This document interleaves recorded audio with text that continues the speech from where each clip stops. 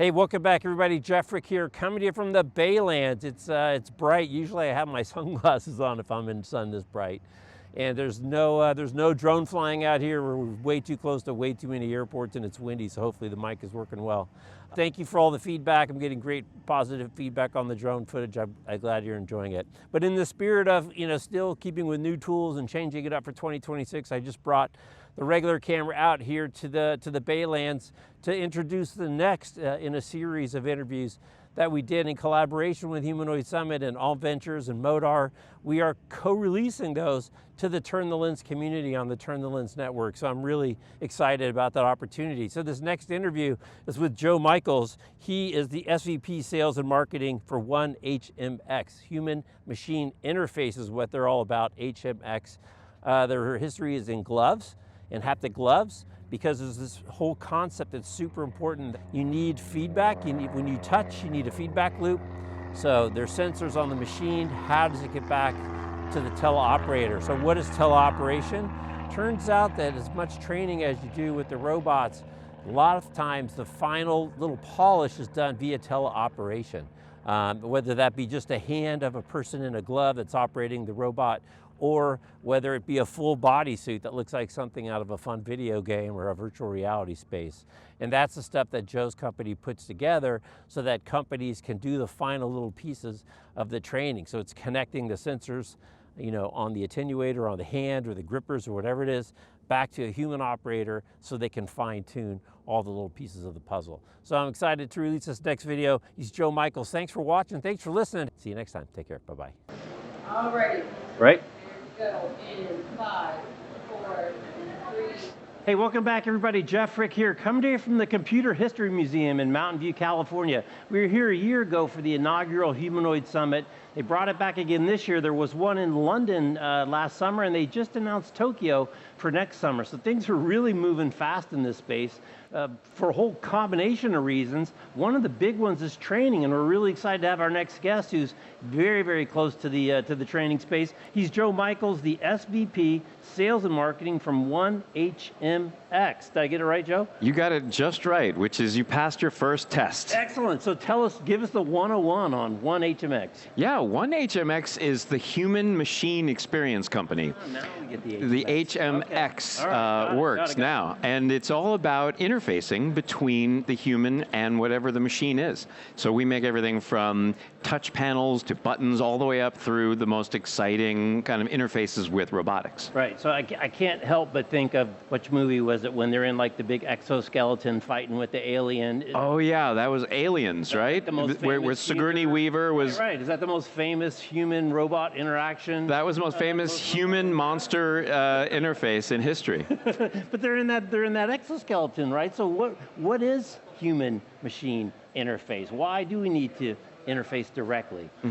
Well, since the first machine, there's been a challenge to basically understand what the human intends for the machine to do. And they're simple grips, and they've given way to buttons, and it's given way to voice interface and touchless panels, and now we have even more complicated machines that are very human-like and need to understand, if I'm a humanoid robot, what do you, the human pilot, want me to do? And how do I do an increasing number of really difficult tasks? Right. So how do I get work done as a humanoid robot? And so having the right haptic gloves, having the right full body control system is really important to get the humanoid to do what you need it to do. And not only to do what you need it to do, but more importantly, probably to train it what you want it to do tomorrow, right? The big theme has been in the humanoids, especially comparing to like large language models, there's just not enough data. There's not an internet full of data of robot actions. There's not the same kind of visual libraries that there was for visual. And so a lot of talk here about the training. Synthetic data plays a big piece. Watching video plays a big piece. But at the end, to fine tune it, it comes back to teleoperation. And that's where you guys play to get that real fine grain step to make the thing really actually work. That is exactly right. I think there's a dream out there of just showing enough video to the robots to build a big enough VLA models so that the robots can just go out on their own and do everything. But the big problem is that's really not how humans or robots learn how to do complicated things, right? You can understand through those models the intelligence of learning your environment, understanding where I am and what I'm supposed to go do, and even you can control two-finger grippers that way. But today's humanoids, are getting dexterous, 20 degree of freedom robot hands with 5 digits, and you're not going to control that with video. You need to teach that how to behave and how to work. And so, our gloves, our HaptX gloves, we put these on the human operator, and the human operator now has 135 points of feedback on the fingertips and the palm of the hand, and they can feel exactly in real time what that robot hand is feeling and control it very effectively. And it's generating a ton of data, lots more than just that tactile feedback, to really go into these models and teach them how successful and unsuccessful work is happening. Is there a mirror glove on the robot that's got like a one-to-one relationship for places on the hand, or how does that work? Because it sounds like most of the robots don't have 130 touch-sensitive sensors at this stage of the game. Yeah, it's not exactly a mirror glove, although I like that concept, but it's sensors. It's a growing number of sensor options that can be affixed to the fingertips and the palm of the robot hand, and when they make contact, depending on how sensitive they are, you can map that contact back to the gloves exactly, so there's no lag, no latency, and you can just feel what the robot is feeling and do work beyond just gripping a bin and moving it. Now you can pick up tools and you can pick up parts and pieces and work with them. And this is the kind of work that will really expand the capabilities of robots in the labor force. They're not just moving stuff around, they're really supplementing human labor, doing the kinds of difficult, dirty, dangerous jobs that we don't want to do. Right. So you've been in the space since 2016 when you joined HaptX. Yes. So you've been in the touch and the feeling and the physical feedback space for a long time. Why is physical feedback so important in touch? And I don't know that people are really attuned to how much of that feedback loop goes back into the way that we operate. And then secondly, how has the world changed? 10 years ago is a long time ago in this space. So give us a little bit of a longitudinal perspective as to where we are now compared to where we were when you started. Absolutely. I'll start by saying some of the things that have changed over the last, call it 10 years, is the world has caught up to our passion for robots. It's just so exciting to be at a place like Humanoid Summit, where it's packed with people who care about, physical AI and behavior models and actuators and not just joints, and this is the kind of stuff we love. So it's really cool how much attention the world is paying to robots. And the part that, to your first question, the part that we've been focused like crazy on is touch, is how does that help? When you try to get a robot to, or anyone, to do a task and take away their sense of touch, like I love to show a Swedish experiment where they injected anesthetic into a subject's hand and said, now pick up a match and light it. And the poor woman had no capability of doing it. The matches were falling everywhere. When you remove someone's sense of touch, their capabilities drop off tremendously. And so bringing that back into the robot equation and giving the human the feeling of what that robot is doing and creating a closed loop so the robot benefits from the human motion and the human benefits from data coming off the robot, it just makes a very natural and powerful control system that I think is going to take us into the future of dexterity. Tell us a little bit about how the ecosystem is evolving, because we're hearing about all these foundational models that are trying to do really general purpose things, and people want to license them. It sounds like there's still a little bit of the open source research papers that where everything was open. Maybe it's not quite as open as much, but there seems to be a lot of partnership. People are OEMing components like hands. Maybe I don't want to work on hands, but I can get at somebody else's hands. How's the ecosystem kind of gelling? You were at Microsoft for a long time. Huge ecosystem, great go-to-market kind of things around the company that really help make that successful. How's it evolving? Well, one of the things that we did at Microsoft and others in the industry, the giants in the industry, really worked hard on was standards. creating platforms, creating languages and protocols that made it easy for you to take any one part and plug, or piece of software and plug it into something else and it just works. And that's sorely lacking in today's immature, humanoid industry. We'll get there. There's just such a sudden rush of interest. We don't quite have that. And so that's one thing we really need. And for example, a lot of my customers come to me and say, hey, I don't just want your gloves, I want a whole teleoperation rig. I want robot hands. I want sensors at the end of those hands. I want the networking capability and the stereoscopic vision, to help the human operator see what the robot sees. And I need, machine learning. And it's just a lot of different parts and pieces today, and we're working on it. We're working on getting these. It starts with a few wins, a few successful partnerships, and companies like NVIDIA and Google that are just putting lots of energy into industry-wide standards. So tell us about the NX1. And you showed me a picture of it before we got on, like this full body. It looks like you're entering the alien exoskeleton thing. How long has that been out? Is it mainly used for teleoperation? Is it mainly used for training? Do you ever use it for like getting out of corner cases? I mean, it's a pretty interesting platform.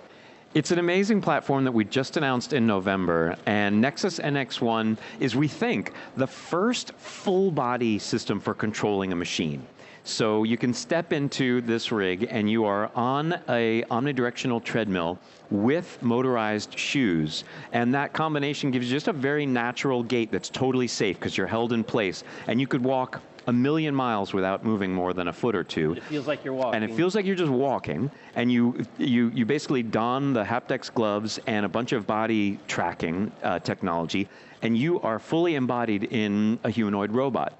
And that whole rig is an incredible tool for teleoperating and training bipedal robots. Because the world is moving toward bipedal. I think we're getting there slowly, right. But the world is absolutely moving in that direction. And when mobility comes into the picture, you don't want to just control it with an Xbox controller or even your hands. Your full body should be involved. And that's what Nexus NX1 is about.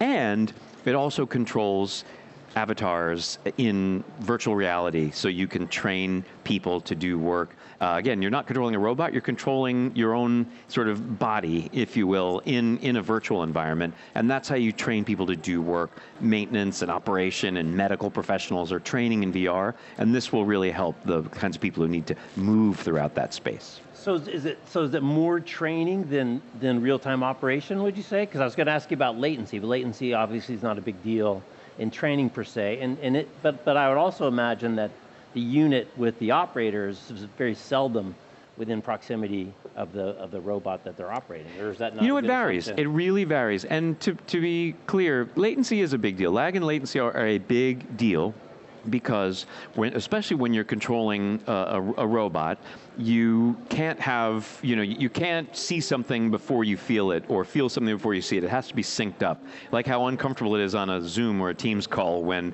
the audio doesn't match the mouth. Right. And imagine that on the scale of a whole body trying to do work. So latency is important, and we know how to do it. And if you get the right networking, it's not a big deal. And where it comes into play, especially, is when you're networking lots of people together, which can happen with our products. You can network people together into a multiplayer universe in virtual reality. You can network multiple robot operators together, and it's really exciting. But you got to watch out for the latency. Yeah, as you're saying, I'm just thinking, your limitations based on the way that we're set up and designed is completely out the door with what you could do with a robot. So again, you said potentially multiple operators on the same machine, multiple machines with the same operators. It doesn't have to be kind of this one-to-one relationship at all, does it? Teleoperation is going in a lot of different directions, and it's very powerful. And I read a lot of criticism of teleoperation on social media. We're digging on 1X right now. It's really harsh. And to be fair, if any robot maker is trying to use teleop behind the scenes to kind of fake autonomy, it's fair criticism. But let's call it what it is. Teleop is a powerful tool that is going to be used to do things like put a human intelligence, human dexterity, human decision making into a remote environment live, through teleoperating a worker robot. It'll be used for training AI like we've talked about. And one interesting thing people aren't really thinking about is temporary teleop, rescuing robots. Right, When right. you're in a Waymo and you hit a dead end and the car can't figure out where to go, a human kind of patches in, solves the problem, and jacks back out. Right. And the same thing's going to happen with humanoid robots through teleoperation, a very valuable tool. Yeah, it's interesting. We interviewed a company years ago that was doing that for autonomous vehicles, and their use case was to get cars out of corner cases, but not just call back to home, but actually throw the operation back to the warehouse. And these guys were doing it with Logitechs and Fords. It was amazing. Unfortunately, they were way too early. The market wasn't ready, and they're out of business. But this idea of throwing back to a remote operator to get out of corner cases, I think is really interesting. So what are some of the next big challenges that you're looking forward to either taking down or will be taken down pretty soon that's going to move us a step function? Yeah, I mean, we just announced Nexus NX1, so shipping hardware is our first big challenge, and we're going to ship it in Q2 of 2026, God willing. Okay. And you know, Price you can share? Or no, we're not sharing. That's okay, thanks. We're not sharing the price publicly, but we're sort of discounting the HaptX gloves component of it to make it a very attractive price, and people are responding really, really well. We do share the price in private business conversations, but just shipping that hardware and then ensuring that it works with more and more kinds of hardware. That back to that standards idea. It's vital. So no matter what robot hand you're using, no matter what sensors, no matter what or whose robot you're using, we can be there powering it and making it work for you. That's a big challenge that we're ready to go tackle. Do you think the world is ready to buy the robot, or do you think robot as a service for some period of time is going to be the way, just because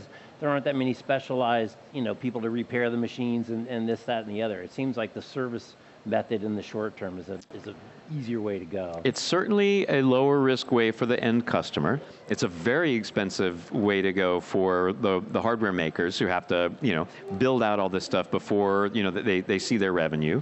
And I think at first it'll be a wonderful kind of low barrier to entry approach, but I think over time the math just settles out and you know what the value is of the hardware, and you'd rather buy it, own it, kind of take it off your books as some kind of expense you've got to keep paying. And I think it'll be, it'll probably tend less to the RAAS model and move to to sort of ownership. Okay. CapEx. And then just again, you're in the business side. When you think about business impediments like insurance and these kind of no fun things that we have to deal with, but to actually get a sale, they have to be secure and safe, and someone's got to insure them, and those kind of not necessarily regulatory, but governance-y kind of barriers. Are those coming down? Are they still a big impediment? Is the industry catching up? What's kind of your take there?